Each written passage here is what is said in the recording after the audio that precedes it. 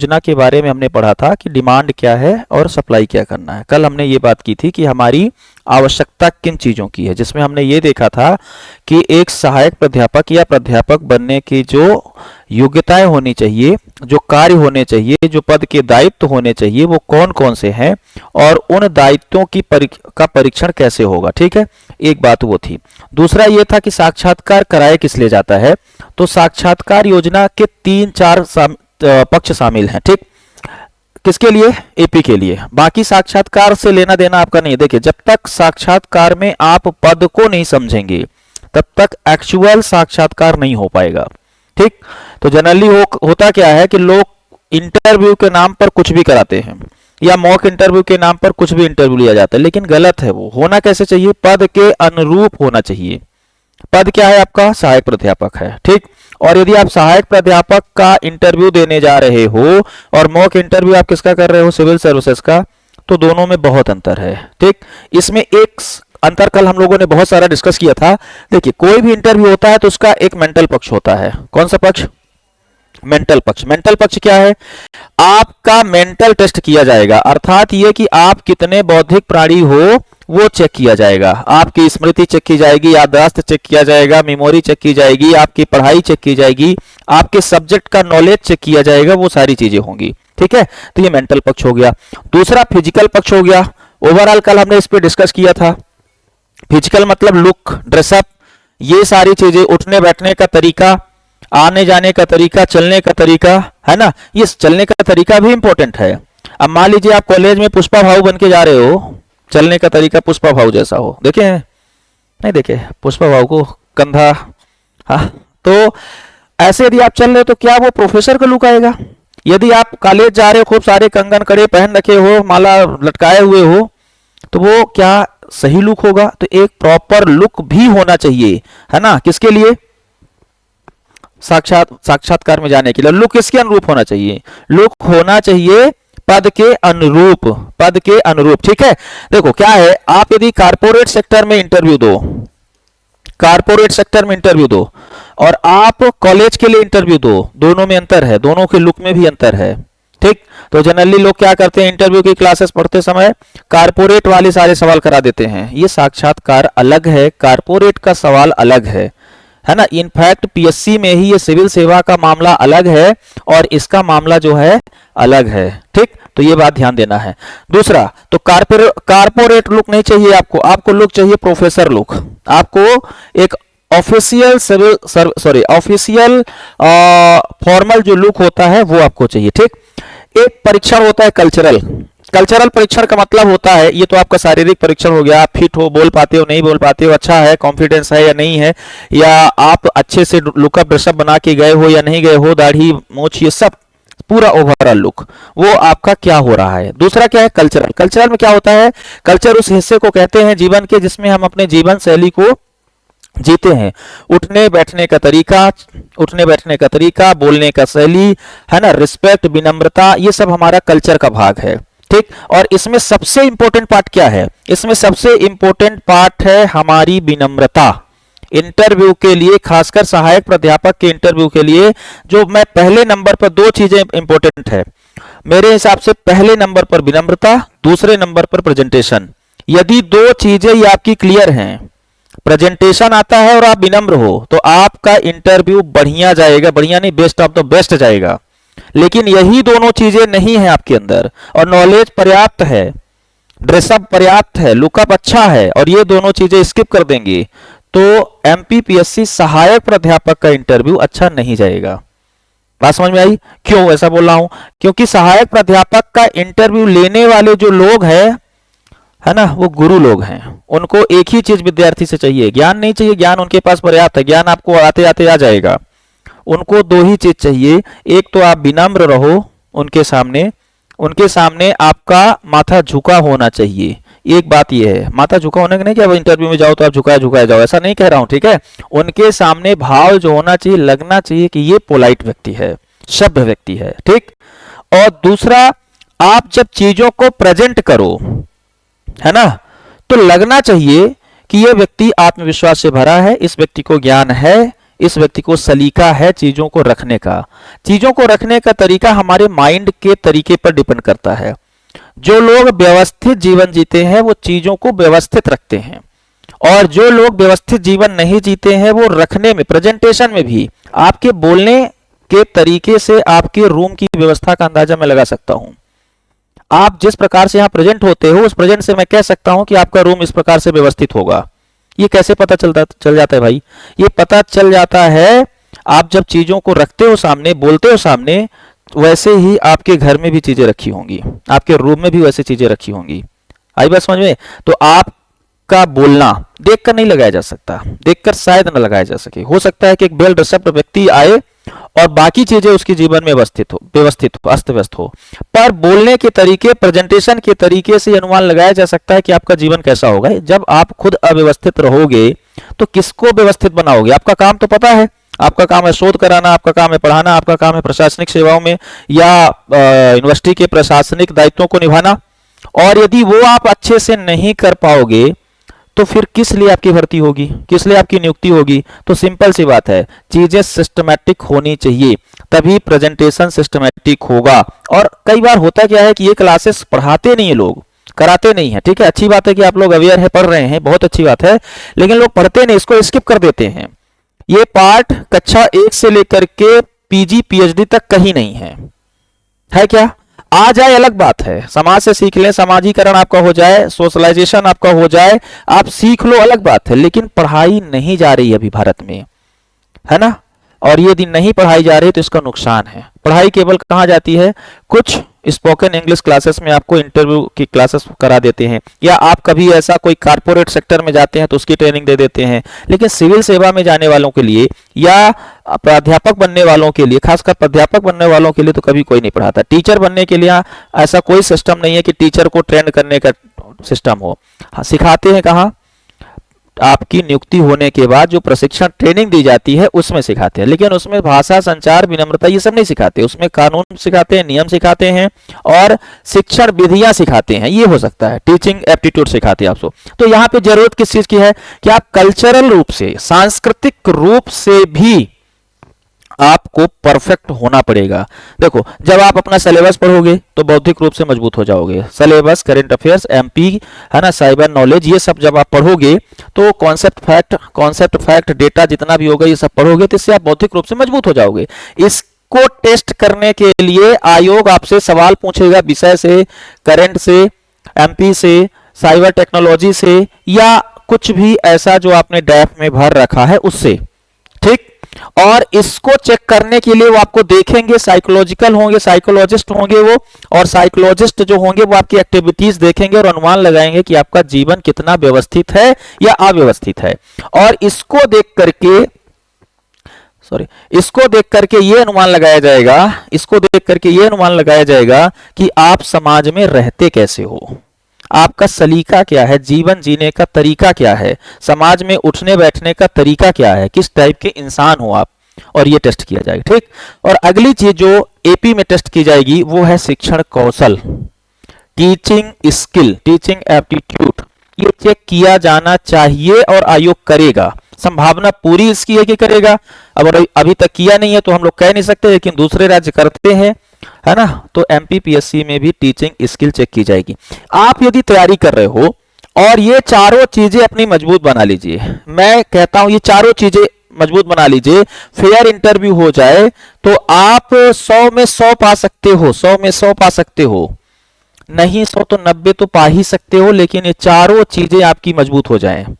और 100 में 90 नंबर पाना कोई मुश्किल काम नहीं है, बस इतना है कि आप एक एक चीज को लेकर अवेयर हो जाओ। ठीक, और अवेयरनेस कैसे आएगी? अवेयरनेस तब आएगी जब आप जानोगे, पढ़ोगे, तत्वों से परिचित हो जाओगे। आपको यह पता चल जाएगा कि आयोग के भीतर क्या क्या स्टेप होता है और किन किन चीजों का मूल्यांकन किया जाता है, वो पहले से ही आपको पता चल जाए। ठीक, तो आप उन चीजों में जो कमियां हैं सुधार लोगे। सबसे बड़ी कमी मुझे जो देखने में आई है आज तक, जो एपी की क्लासेस ले रहा हूं, उनमें सबसे बड़ी कमी है प्रेजेंटेशन को लेकर। उठना बैठना पहनावा वो सब हो भी जाएगा, प्रेजेंटेशन को लेकर बड़ी समस्या है। ठीक। प्रेजेंटेशन तब अच्छा होगा जब आपका नॉलेज अच्छा होगा, सिंपल सी बात है। खैर कई बार नॉलेज अच्छा है तब भी प्रेजेंटेशन अच्छा नहीं हो पा रहा, ये मैं देख रहा हूं। इतने सारे मॉक हमने कराए अभी, उनमें ये पता चला कि प्रेजेंटेशन गड़बड़ हो रहा है, प्रेजेंटेशन गड़बड़ हो रहा है, चीजें कह नहीं पा रहे हैं। दो चीजें इसमें निकल कर आती हैं, एक तो कोई लो कॉन्फिडेंस में है, कोई ओवर कॉन्फिडेंट है, दोनों में गड़बड़ हो रहा है। आपका लो कॉन्फिडेंस, आपका ओवर कॉन्फिडेंस, ये दोनों आपको बर्बाद करेगा। तो ओवर कॉन्फिडेंस में भी नहीं जाना है। ओवर कॉन्फिडेंस के कारण आपका जो व्यक्तित्व होता है ना, वहां रूखापन आ जाता है, उस व्यक्तित्व पे विनम्रता रही नहीं जाती है, समाप्त हो जाता है। और लो कॉन्फिडेंस से आप एक्चुअल में जो हो वो निकाल नहीं पाते हो। तो दोनों को सुधारना है। सुधारना कैसे, उसकी बातें हम लोग करेंगे, ठीक है। तो ये चीजें पहले तो इंटरव्यू प्लान पे हम लोग देखें कि ये चीजें हम लोग को पढ़ना होता है। अगला इसमें क्या रहेगा, बुद्धिमत्ता का परीक्षण। देखिए पूरे प्रक्रिया में जितने भी साक्षात्कार के अलावा एग्जाम की प्रक्रिया है, तो बुद्धिमत्ता का परीक्षण तो एक तो रिटन एग्जाम से भी किया जा चुका है, ठीक। फिर आपकी याददाश्त का परीक्षण किया गया, आपकी बुद्धि का परीक्षण किया गया, आपके मेमोरी का परीक्षण किया गया, आपके पढ़ने लिखने सीखने का जो हुनर है वो परीक्षा लेकर के, है ना। कुल 800 अंकों की परीक्षा हुई, 600 विषय के, 200 एमपीए जीके, करंट, खेल कूद, ये सब मिला करके, इलेक्ट्रॉनिकी वगैरह सब मिला करके, तो 800 अंकों की परीक्षा तो आप पहले दे ही चुके हो। तो एक तो परीक्षण हो चुका है, अब कैसे बुद्धिमत्ता का परीक्षण करेंगे नए तरीके से। दूसरा तरीका इंटरव्यू है। अब इंटरव्यू में क्या सिर्फ यही रहेगा या कुछ और होगा, तो हम लोगों ने डिस्कस कर रखा है। बहुत सारी चीजें पद के अनुरूप जो होनी चाहिए वो छूट गई हैं परीक्षा में, तो उनको आपसे पूछा जाएगा। सब्जेक्ट होगा, पेपर फर्स्ट वाला भी होगा, पेपर सेकंड वाला भी होगा, लेकिन उसके अलावा और भी चीजें होंगी। उसमें एक नई चीज जुड़ रही है, आपका डैफ। पूरा सिलेबस पेपर फर्स्ट का, पूरा सिलेबस पेपर सेकंड का, वो तो डिस्कस होगा ही होगा। और तीसरी नई चीज जुड़ रही है क्या, आपका डैफ, है ना। वो यदि आप जोड़ के तैयार कर लें तो लगभग बहुत सारी चीजें तैयार हो जाएंगी। सब्जेक्ट दोनों पेपर, ठीक है, दोनों पेपर वाइज नहीं होंगे।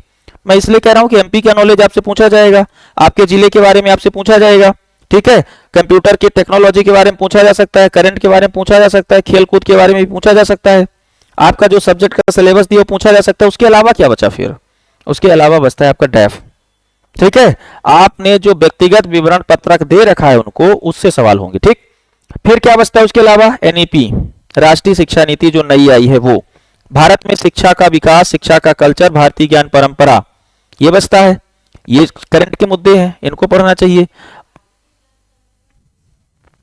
विशेषता क्या है वो अभी पढ़ाएंगे तो बता दूंगा। इसके बाद जो क्लासेस हम लोग करेंगे तो भारतीय ज्ञान परंपरा शाम को पढ़ाने वाले हैं, सुबह में थोड़ा लेट पढ़ाऊंगा, लेकिन वीडियो अवेलेबल रहेगा, आप लोग देख सकते हैं, ठीक है। वीडियो आपको दोनों बैच के अवेलेबल रहेंगे, जैसे देखना होगा वैसे देखिएगा, कोई दिक्कत नहीं, ठीक। हमारा पर्पज ये है कि आपकी बेहतरीन तरीके से तैयारी हो जाए, ऑफलाइन हो ऑनलाइन हो, जैसे वो सुविधा उपलब्ध हो वैसे करो, ठीक। तो इंटरव्यू में डिस्कशन होगा सब्जेक्ट का, पेपर फर्स्ट वाले सब्जेक्ट का, टॉपिक का, डैफ का, राष्ट्रीय शिक्षा नीति का, ठीक है, करंट अफेयर्स का, भारतीय ज्ञान परंपरा का, यही सब तो डिस्कस होना है। इन्वायरमेंट और पद से संबंधित जो विवरण होंगे तो वो सब इंटरव्यू के लिए बचा हुआ है। इंटरव्यू का कोई सिलेबस नहीं है, इंटरव्यू का कोई सिलेबस नहीं है, ठीक है। सिलेबस हमें डिसाइड करना पड़ता है, सिलेबस हमें डिसाइड, और हमने एक सिलेबस डिसाइड किया, आप लोग को दिया भी, वो ही सिलेबस है। क्योंकि उसमें ए टू जेड सब कुछ चीजें हैं, सारी चीजें शामिल हैं, ठीक है। तो कई बार लोग भटक रहे हैं कि हमारा सब्जेक्ट करा दीजिए, सब्जेक्ट उतना प्रॉपर चीज नहीं है इंटरव्यू के लिए, परफेक्ट नहीं है, पर्याप्त नहीं है। उस सब्जेक्ट के अलावा 14 चीजें हमने और लिख रखी हैं, वो इंपॉर्टेंट है, उसको आप लोग देखते नहीं, फिर पूछते हैं। सब्जेक्ट एक जरिया होगा बात करने का, वो आना चाहिए आपको, और मुझे लगता है उतना आता भी है आपसे, ठीक। और जो नहीं आता तो उसके लिए हमने एक एनसीईआरटी वाली क्लास जो ली है वो करके कंप्लीट कर लीजिए, पूरा हो जाएगा। दूसरा क्या है, सिचुएशनल टास्क जैसे टीचिंग, ये इंपॉर्टेंट है। अब आपको मेरे ख्याल से सब्जेक्ट की टीचिंग आनी चाहिए। पढ़ाई लिखाई तो आपने जो किया सब्जेक्ट की वो कर लिया, उसमें एक दिशा निर्देशन की जरूरत है कि इंटरव्यू में इस सब्जेक्ट से कैसे सवाल बनेंगे, वो एक जरूरत है आपको, ठीक है। और कुछ सवालों के उत्तर आपको पढ़ना चाहिए प्रश्नोत्तर शैली पे, ठीक। लेकिन अब जरूरत आपको इन चीजों की ज्यादा है कि आपका बाकी पक्ष जो है वो मजबूत होना चाहिए, क्लियर। टीचिंग आनी चाहिए आपसे। अभी हमने कुछ लोगों की टीचिंग कराई, लेकिन संतोषजनक नहीं था, है ना, संतोषजनक टीचिंग नहीं है। मतलब बहुत सारे लोग ऐसा हमें देखने को मिला, हो सकता है कि आप में से हो, सारे सब्जेक्ट की बात नहीं, प्रॉपर क्या टीचिंग की सही तरीके ही नहीं पता है ना, ऐसे तैसे जैसे भी पढ़ा रहे हैं। तो टीचिंग का एक प्रॉपर वे होना चाहिए, टीचिंग के कुछ टेक्निक्स होती हैं, टीचिंग के कुछ मैथडोलॉजी होती है, वो आपको सीखना पड़ेगा, है ना। उसकी क्लास हम लोग कराएंगे यहाँ पे कि कैसे बेहतरीन तरीके से पढ़ाना है। टाइम कितना है? 5 मिनट, मैक्सिमम 5 मिनट्स ही टीचिंग का प्रदर्शन होगा, हाँ होगा, ठीक है, मैक्सिमम 5 मिनट। और उस 5 मिनट में ही आपको एक टॉपिक डिलीवर करना है। हो सकता है कि 3 मिनट 2.5 मिनट ही मिले आपको, ऐसा भी हो सकता है, मैं मैक्सिमम की बात कर रहा हूँ, 5 मिनट मैक्सिमम की बात, उससे ज्यादा नहीं होगा। अब उस 2.5 मिनट में आप क्या पढ़ाओगे? 2.5 मिनट में आप वो डेट लिख करके और टॉपिक लिखने में कहीं आपके चले जा रहे हैं, है ना। तो 2.5 मिनट में क्या पढ़ाना है, कैसे पढ़ाना है, कि ये परीक्षण हो जाए कि आप अच्छे टीचर हो। और उनको 2.5 मिनट में नहीं, उनको तो वो आपके स्टेज पर चढ़ते ही समझ जाएंगे कि अच्छा टीचर होगा कि बुरा टीचर होगा। समझने की जहां तक बात है, टीचिंग की जहां तक बात है, वो समझ जाएंगे, पार्ट है वो उनका जीवन का दैनिक है। भले वो अच्छे टीचर ना हो पर आपके बारे में समझ जाएंगे, ठीक है। हो सकता है कि वहां पे इंटरव्यू जो लेने आए हो तो बहुत अच्छे टीचर ना हो, विद्वान हो पर बहुत अच्छे टीचर ना हो सकता है कि टीचिंग के सारे गुण उनके अंदर ना हो, लेकिन वो आपके बारे में समझ जाएंगे क्योंकि वो जानते हैं कि अच्छी टीचिंग क्या होती है। तो वो मेंटेन करना है। तो इंटरव्यू में जो नया होने जा रहा है, सब्जेक्ट के बियॉन्ड, सब्जेक्ट के अलावा, वो ये चीजें होने जा रही हैं। क्लियर? इसको कैसे मेंटेन करना है ये तो मैंने डिस्कस कर ही लिया। वे ऑफ लाइफ डिस्कस करेंगे।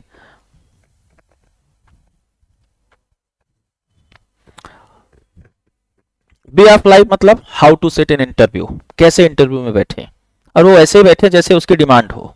डिमांड क्या है वो चर्चा करते हैं। क्या है? How to speak in interview, मतलब वही चीजें हैं लेकिन इंटरव्यू के लिए हमें तैयार करना है। हम कैसे बोलते हैं, कैसे उठते बैठते हैं।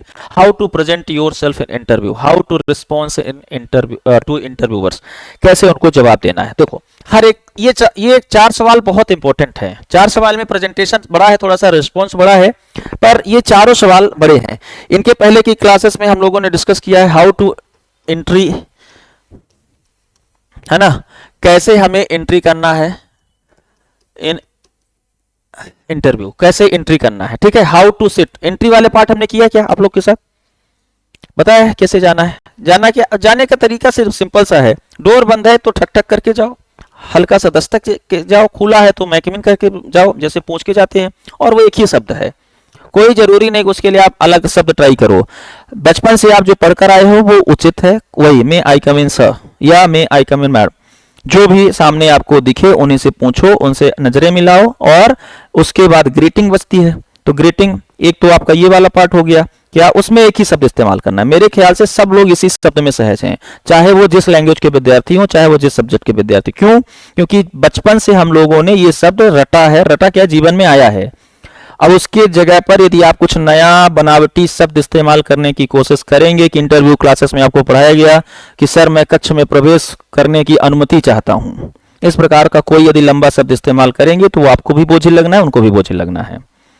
तो ऐसा कुछ यूनिक नहीं करना है, सिंपल सा वही शब्द इस्तेमाल करना है जो कर रहे हैं। उसका कोई निगेटिव पॉजिटिव इफेक्ट आपके इंटरव्यू पे नहीं पड़ना। हाँ, बिना पूछे चले जाएंगे तो पड़ेगा, है ना। तो अब मान लीजिए कोई, हाँ, संस्कृत वाले हो सकता है कि अपने भाषा में अनुमति लेने का प्रयास करें, तो उनके लिए सुटेबल हो सकता है, भाषा वाले हो सकता है, ठीक है। हिंदी वाले सर क्या मैं अंदर आ सकता हूं बोले तो वो चलेगा, लेकिन जनरल वे में मैं बता रहा हूं कि बाकी सारे विद्यार्थी यदि मे आई कम इन सर, मे आई कम इन मैम शब्द इस्तेमाल करते हैं तो वो सुटेबल शब्द है, उसको लेकर के कोई, है ना, परेशानी की बात नहीं है। आगे बैठेंगे, बैठने के लिए आपको कभी नहीं पूछना है कि मैं आई सिट सर, ये तो सवाल कभी नहीं होना चाहिए।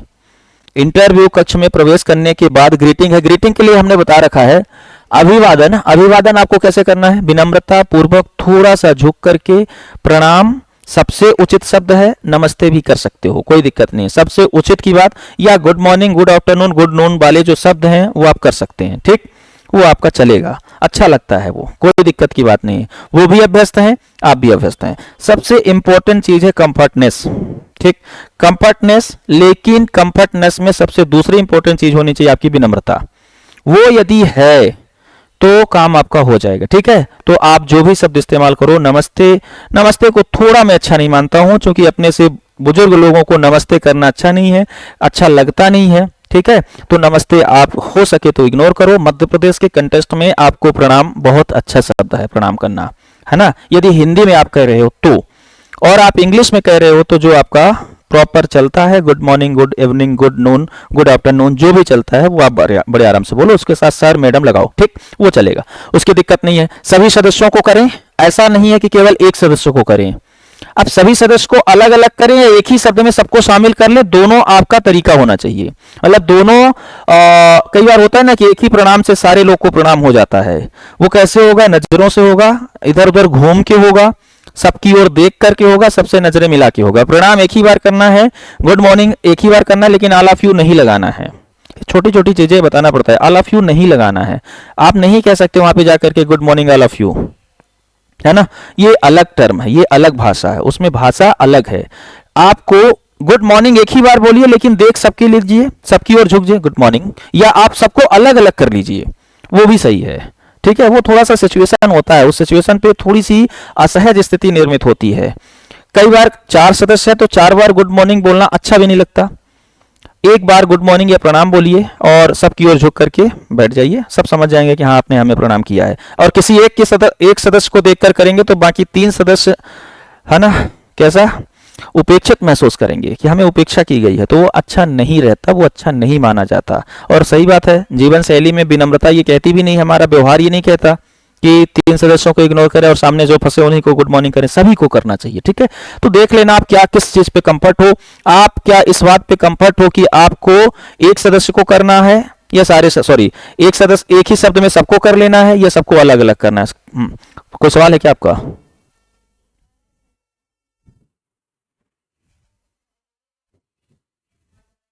वो रहते हैं, हाँ ये सच, हाँ हाँ, ये द्वंदात्मक प्रश्नों में हम लोग बात करेंगे इसको, है ना, असहज स्थिति वाले में हम लोग बात करेंगे, हाँ।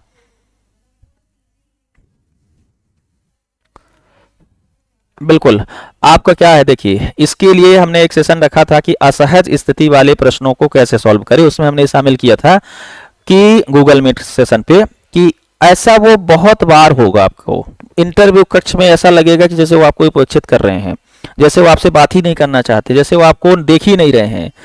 ऐसा नहीं है कि वो जानबूझ के ऐसी सिचुएशन तैयार करते हैं, रियलिटी ये है कि वो भी काफी दिनों बाद वहां पे मिलते हैं तो आपस में हालचाल ले रहे होते हैं, लेकिन आपको लगेगा कि माहौल बनाया जा रहा है कि हमारे साथ ये क्या टेस्ट करना चाहते हैं। बिल्कुल ऐसा नहीं है। आप खुद सोचो, 4 लोग हो यहाँ पे, ठीक, कभी चारों लोग एक साथ बैठोगे इंटरव्यू कक्ष पे, कभी मान लेते प्रोफेसर बनने के बाद इंटरव्यू लेने का मौका मिला तो वहीं पे बात करोगे ना, हाँ यार उसी कोचिंग से पढ़ते थे, वहीं पे हम लोग बैठे थे, पहली बार वहीं मिले थे, तुम्हारा सब ये सब बात करोगे। और उसी समय इंटरव्यू भी आ रहे, इंटरव्यूअर भी, मतलब इंटरव्यू वाले बच्चे भी आ रहे हैं, तो आप अपनी बात नहीं बंद करोगे। अब उसको ये लगेगा, जैसे अभी आपको लग रहा है कि हमारा कोई मूल्यांकन होने जा रहा है, यहाँ पे कोई मूल्यांकन नहीं होने जा रहा है। सच ये है कि वो आपस सी बात अपने घर की हालचाल कर रहे हैं, सिंपल सी बात है, ठीक। ऐसा नहीं है कि सिचुएशन क्रिएट किया जा रहा है। हाँ, अब आपको करना क्या है, से ये सवाल ये है कि करना क्या है। आप जो करने गए हो वो करो वहां पे। अब ऐसा नहीं कि तब तक आप खड़े रहो जब तक वो बात ना कर सके, है ना। अब ऐसा तो नहीं कि प्रवेश कर गए हैं, वो बात कर रहे हैं, अब हमें गुड मॉर्निंग बोलना है तो तब तक खड़े रहेंगे वहीं पे कि जब वो बात कर चुके हैं। हो सकता है कुछ देर बोले क्या सुन रहे हो खड़े होकर के, तुम ये भी बोल सकते हैं, तुम्हें ज्यादा इंटरेस्ट आ रहा है हमारी बातें सुनने में। आपको होना ये एहसास होना चाहिए, हाँ ये हो सकता है थोड़ा लाउड बोल दो वहां पे जाने के बाद, यदि वो बात कर रहे हो तो थोड़ा लाउड बोल दो, आप लगे कि हाँ आपने सुनाने की कोशिश की है कि हम आ गए हैं, है ना। जैसे मान लीजिए नॉर्मली बोल रहे हैं गुड मॉर्निंग सर, आप जाए और यदि वो बात कर रहे हैं तो बोलो गुड मॉर्निंग सर, थोड़ा लाउड बोल दो, थोड़ा लाउड बोल दो, तो वो ध्यान आपका आपकी ओर चला जाएगा। इसके बाद बैठने के लिए पूछना नहीं है, हमने बता ही चुका है। तो हो सकता है वो बात करते रहें और बहुत देर तक आपको खड़े रहना पड़े, बैठने के लिए कहे ही नहीं, और आप पूछ नहीं सकते कि सर क्या मैं बैठ जाऊं इस कुर्सी पर, है ना। तो इतनी जल्दबाजी नहीं करना है। हो सकता है कि वो आपसी बात में बिजी हो, जब खाली होंगे वो हाँ हाँ बैठो बैठो बैठो बेटा बैठो, ये आपसे कहा जाएगा। और उसके बाद बैठेंगे थैंक यू, ठीक है। फिर हो सकता है कोई समय, उसी समय उनकी चाय आ गई हो, अब आप बैठे हो, उनकी चाय चल रही है, ऐसा हो सकता है और होता है कई बार, है ना। चाय नाश्ता काजू बादाम वो सब वहां पे चलता रहता है, पानी पीते रहते हैं, वो आपको ऑफर नहीं करेंगे, मत सोचना कि हाँ लो, है ना। कई बार कर भी सकते हैं टेस्ट करने के लिए, कोई बड़ा मजाकिया टीचर होगा उसी भी, भाई तुम भी लोगे, अरे नहीं सर, आप क्या बोलेंगे, क्या बोलेंगे, भले ही जितना चटकोरे होना, लेकिन वहां पे ये ना कह देना कि सर हाँ मैं ले सकता हूँ, ठीक है। वो आपको ऑफर करेंगे अब मान लो आपने ले ही लिया तो भी कुछ गड़बड़ नहीं हो जा रहा है, ऐसा नहीं कि उसी के, पर समझ जाएंगे कि अच्छा ये हमारे साथ उठने बैठने में कंफर्ट है, ले सकते हैं, ठीक। तो आपको ये कहा जाए कि लो पानी P low sir, thank you sir मैं कंफर्ट हूँ, है ना, जरूरत नहीं है, या आप थैंक यू बोले, बात मना कर दे, ठीक है। मान लीजिए 4-5 बार कहा जाए लो एक काजू तो कम से कम ले लो, खा लो, अच्छा वाला है तो ले लेंगे, हाँ कोई बात नहीं सर, आप इतना कह रहे हैं तो ले ही लेते हैं, है ना, देख लेना भाई क्या करना है, मैं तो हूं तो ले लूं सर लाइए, करते ही हैं, लेकिन जनरली मना ही करते हैं ना, जनरली मना करते हैं। हाँ लेकिन ऐसा लगे कि वास्तव में देना ही चाह रहे हैं और वो, तो आप कोई अच्छा सब सर आशीर्वाद समझ के मैं ले लेता हूँ, कुछ ऐसा अच्छा लगे कि हाँ यार कुछ विनम्रता भी हो गई, लेना भी हो गया और आपने मना भी नहीं किया। कई बार हो सकता है ऐसा कि वास्तव में देना चाह रहे हो और उनकी इच्छा ही हो कि हाँ ये ले, तो आपको स्वीकार कर लेना है, सिंपल सी बात है, और उसके लिए धन्यवाद करना है। लेकिन कुछ ऐसे शब्द इस्तेमाल, कहा सर मैं आशीर्वाद समझ के ले सकती हूँ, प्रसाद समझ के ले सकती हूँ, ऐसा कुछ बोल दीजिए आप हमारे गुरु, कुछ भी आप ऐसा शब्द इस्तेमाल करिए जो जनरली हम लोग कर सकते हैं, ठीक, तो वो होगा आपके साथ। ये बातें हो गई, तो इसके लिए पूछना नहीं है बैठने के लिए और इंतजार करना है, ये आपके कल्चर का हिस्सा है, ठीक है।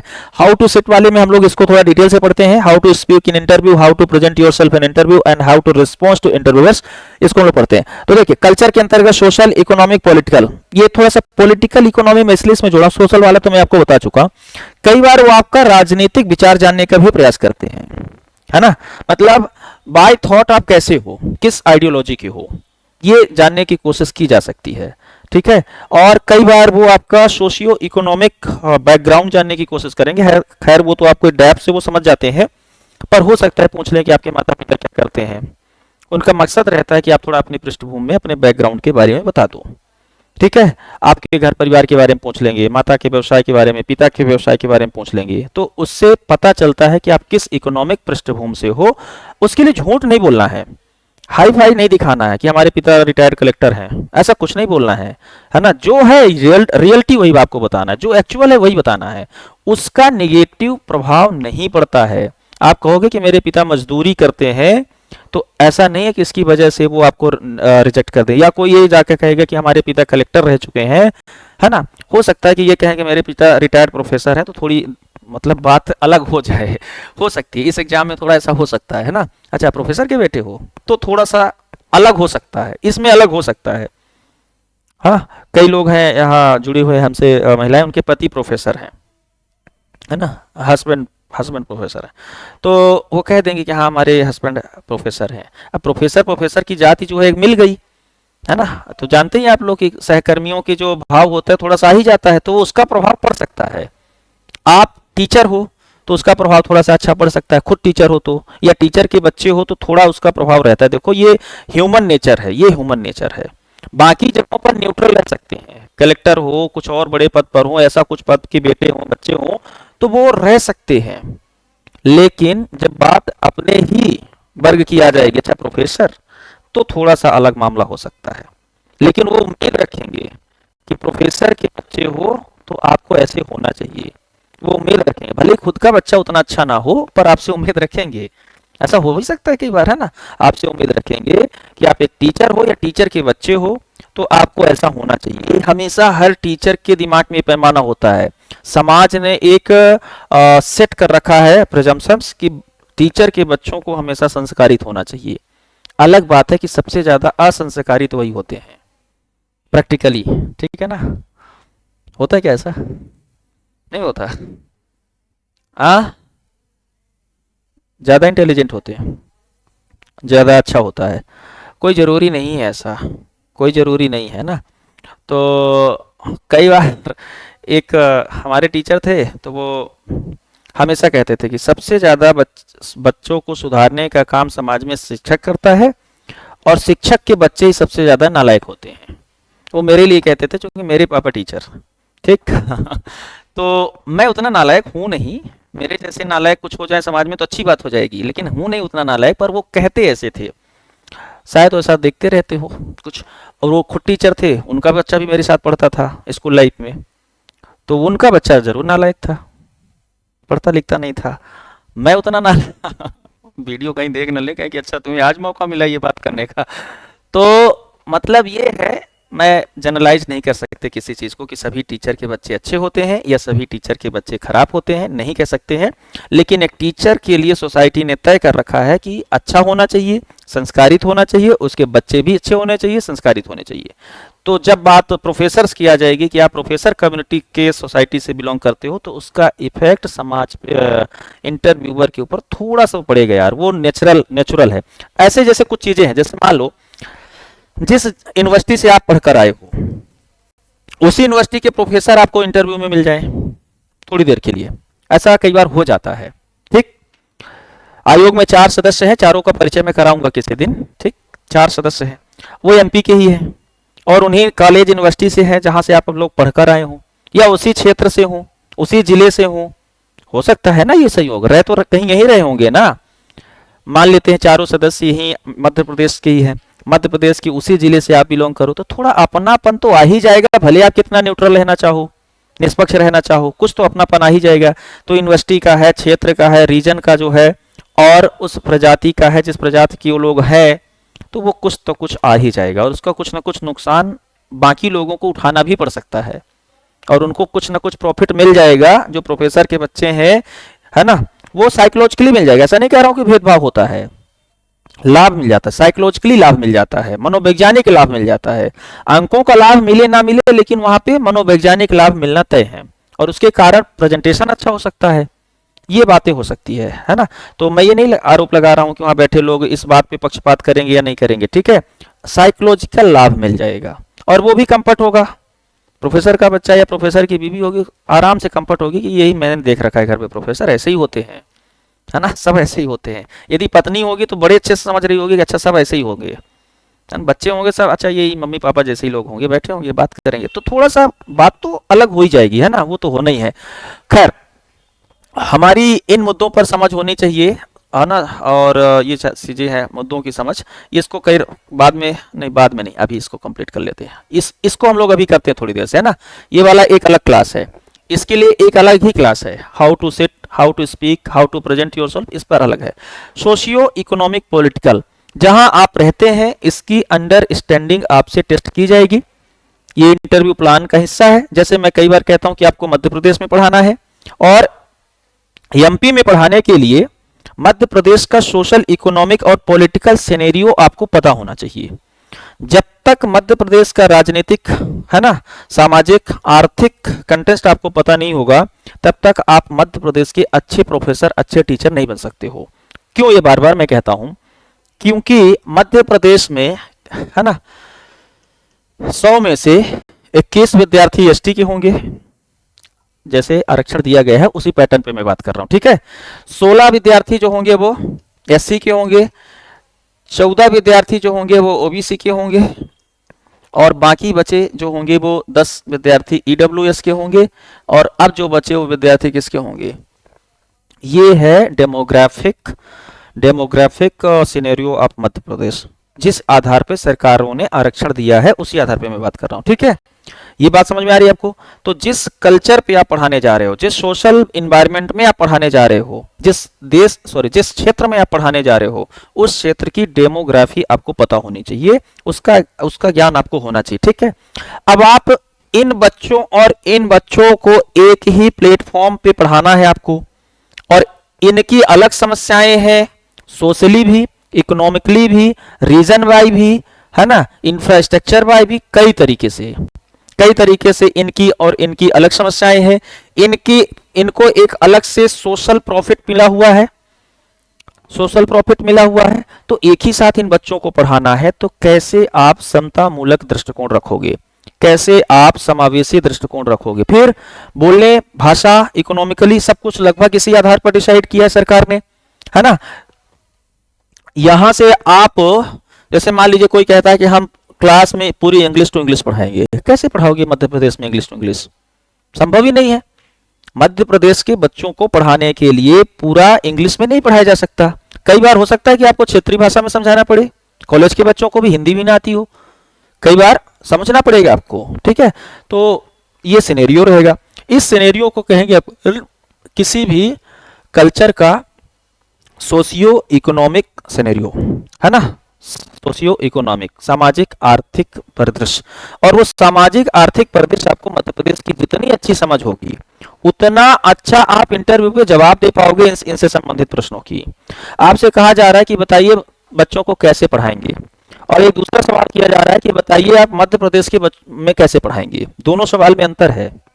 मान लीजिए यही सवाल कहा जाए कि आप बच्चों को कैसे पढ़ाएंगे और डीयू में बात की जाए, दिल्ली यूनिवर्सिटी में, है ना, तो सिनेरियो अलग होगा, जवाब अलग होगा। और वही सवाल आपसे कहा जाए कि मध्य प्रदेश में कैसे पढ़ाएंगे तो सवाल अलग होगा। क्यों? क्योंकि इनकी बेसिक पढ़ाई अच्छी नहीं है।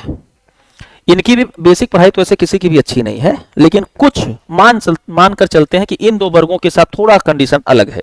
थोड़ा कुछ हायर मतलब हायर एजुकेशन तक उनका परिवार पहुंचा है, नौकरियों तक परिवार पहुंचा है, कुछ पीढ़ियां नौकरियों पे रही हैं, जिसके कारण शिक्षा का वातावरण बना है, ठीक ठाक है। इनके साथ इनमें दो क्लासेस हैं, क्रीमिलियन नॉन क्रीमिलियन, तो थोड़ा सा मैं मान लेता हूं कि इनको ये सुविधाएं मिली हैं, पर यहाँ तक आते आते सुविधाएं ठीक ठाक प्राप्त हुई हैं, पीढ़ियों से प्राप्त होती जाई है। और सोशल एडवांटेज ये प्राप्त हुआ है कि सम्मान तो हमेशा से मिला रहा है, ठीक, सम्मानित जगहों पर रहे हैं, उठना बैठना, पॉलिटिकल पावर, ये सब रहा है।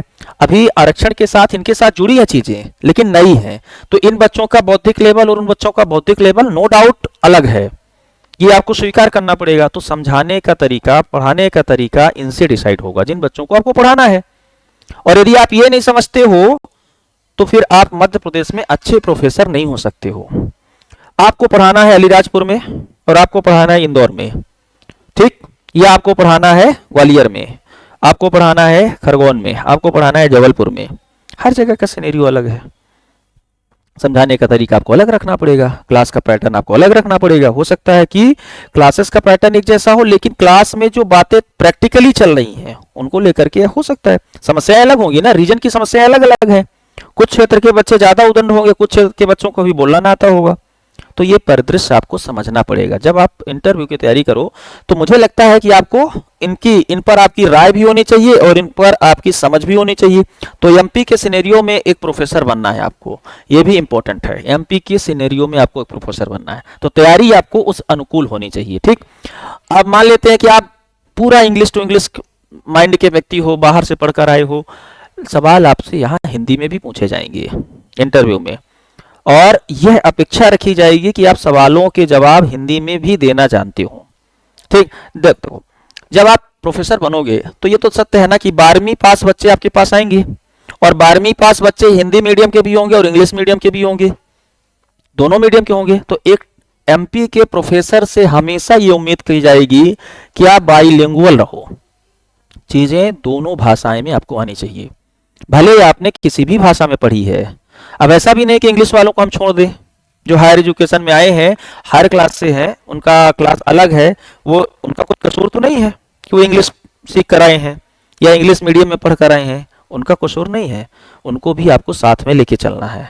ऐसा नहीं है कि सिर्फ आपको हिंदी या क्षेत्रीय भाषाओं में पढ़ाना है, उनको भी ध्यान में रखना पड़ेगा। और आजकल के ज्यादा बच्चे इंग्लिश मीडियम से पढ़कर आए होंगे, ज्यादा बच्चे, मीडियम उनका इंग्लिश होगा, ठीक है। लेकिन ऐसा भी नहीं है कि क्लास में हिंदी मीडियम वाले नहीं होंगे, होंगे। और जो इंग्लिश मीडियम में भी पढ़कर आए हैं तो चीजों को इंग्लिश में समझते हो ऐसा जरूरी नहीं है।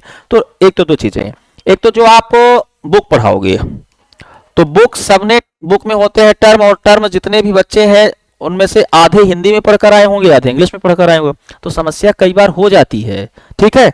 जैसे मान लीजिए इनका ग्रंथपाल है, अब ग्रंथपाल शब्द इस्तेमाल कर रहे हैं क्लास में, ठीक, और बच्चे से ग्रंथ से परिचित नहीं होंगे इंग्लिश मीडियम वाले, ठीक है। उनके लिए तो यही अच्छा है कि लाइब्रेरियन ही बोल दीजिए मैम, ज्यादा अच्छा लगता है ना।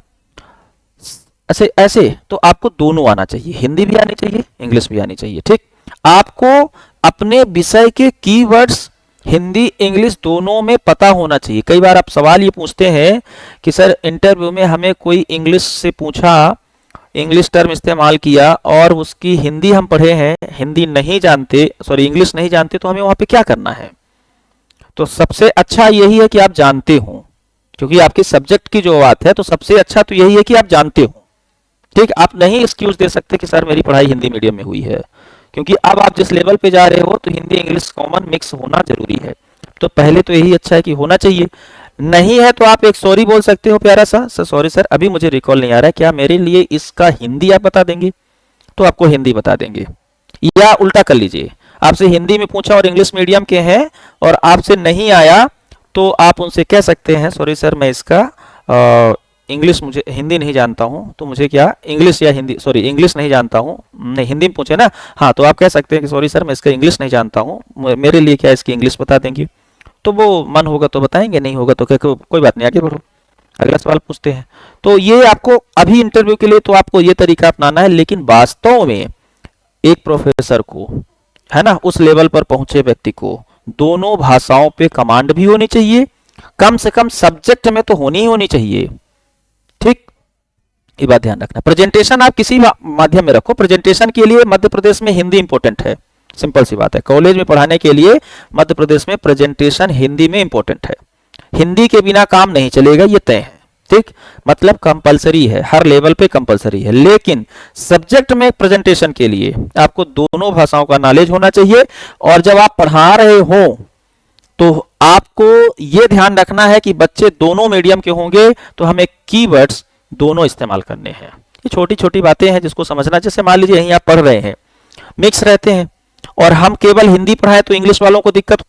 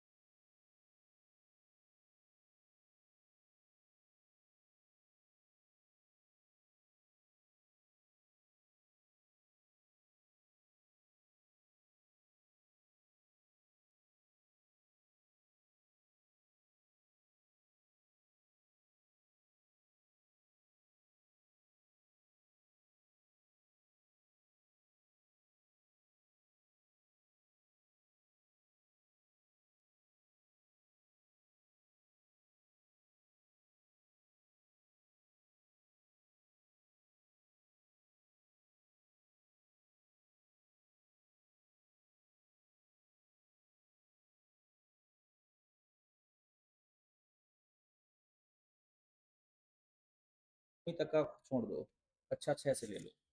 ठीक। हाँ